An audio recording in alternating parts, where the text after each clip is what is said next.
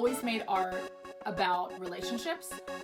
When I became a mother, I was really affected by the intimacy and the vulnerability, unlike any other relationship I'd ever had. My work is about telling the story of the experience of being a mother. I was adopted at birth, so it was also very strange to physically have my own child, how dependent they were on me. I never grew up seeing anyone breastfeed, and I did it. Just so intense. I started to document it. That was my very first experience of making work on motherhood. I'm inspired by visual ideas and ways in which I can imagine my kids can engage. And that requires a lot of thinking and planning because I often have one shot that I can do it. I don't want to do something that's not fun for my kids because then they won't want to make art with me.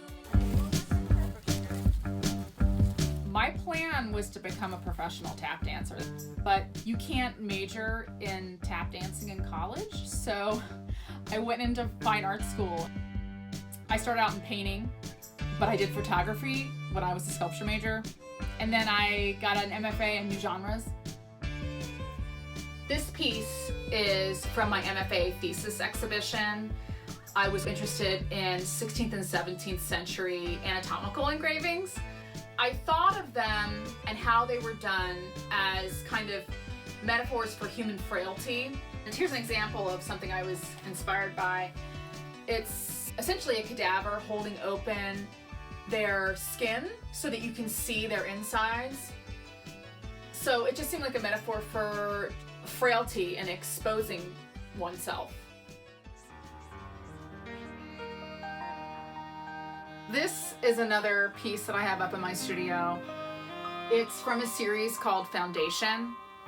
With this series, I thought about the idea of a mother being present or having a trace of herself there, kind of a haunting feeling.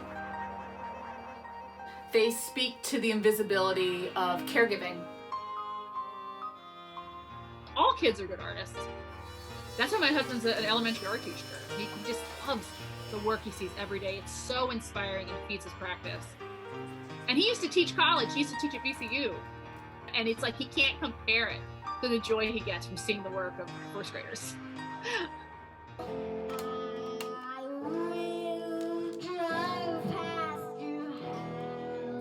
We take our kids really seriously. We don't take ourselves too seriously. It's kind of asserting the validity of the creative impulse in the children. We encourage them, we try to create an environment where they feel free to express themselves. And sometimes I'm shocked with how comfortable they are.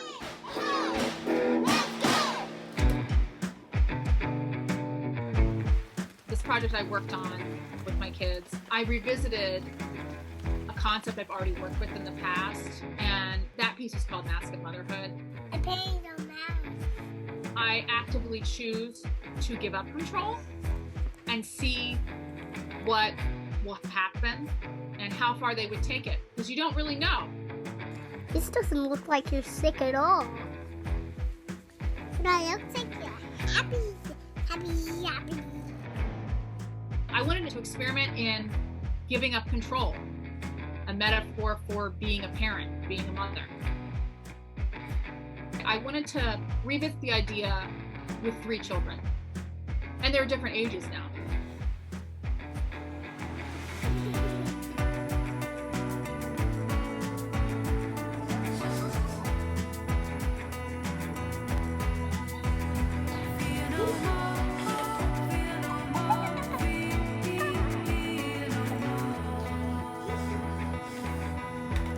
My son was delighted, but you can see him climbing on my head. It was more violent than the last time. For some reason, that dance, it's like a circus. That dance is thrilling to me. It's exciting. Just free experimentation, which I think is beautiful.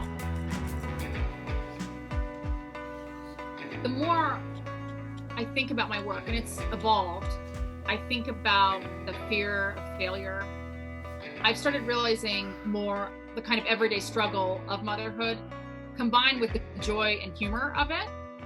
Like with a lot of my work, it's an exercise of letting go, allowing myself to feel the anxiety and doing it anyway.